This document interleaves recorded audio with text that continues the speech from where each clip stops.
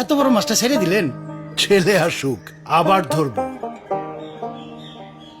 আসসালামু আলাইকুম আব্বা, আশা করি ভালো আছো। আমি ভালো আছি। এখন তো বৃষ্টি বাদলার দিন, ছাতা সাথে রাখো তো। জানো আব্বা, বৃষ্টি এলেই পুরনো ঘরটার কথা মনে পড়ে। ঘরটার পাশে সেই লেবু গাছ, লেবু গাছটা লেবু ধরেছে এবার। আগে বাইরে থাকলে তুমি কত বকাঝকা করতে, রাগে মনে হতো বাড়ি ছেড়ে দূরে চলে যাই।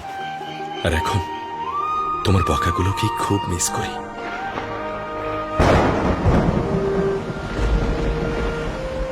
পুরনো ঘরটায় থাকতে কিন্তু আমাদের সবারই কষ্ট হতো। চাচা ফুপাদের পাকা বাড়ি থাকলেও আমাদের বাড়ির কাজ যখন শুরু হয় সবচেয়ে খুশি হয়েছিল আম্মা। অথচ এখন আম্মা নেই। আম্মার কবরটা এখনো একবারও জিয়ারত করতে পারলাম না।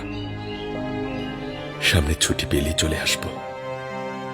কত কথা জমে আছে আব্বা, তোমার সাথে ভাত খাবো আর সব বলবো।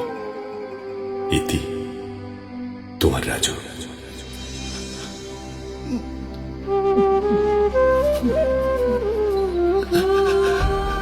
ঘর ও ঘরের মানুষগুলোর সাথে কত মধুর ও বেদনার স্মৃতি লুকানো থাকে আমাদের।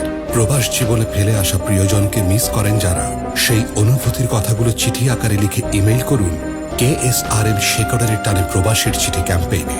নির্বাচিত সেরা চিঠির বিজয়ীদের জন্য থাকছে এয়ার টিকেট। বিস্তারিত জানতে চোখ রাখুন KSRM পেজে।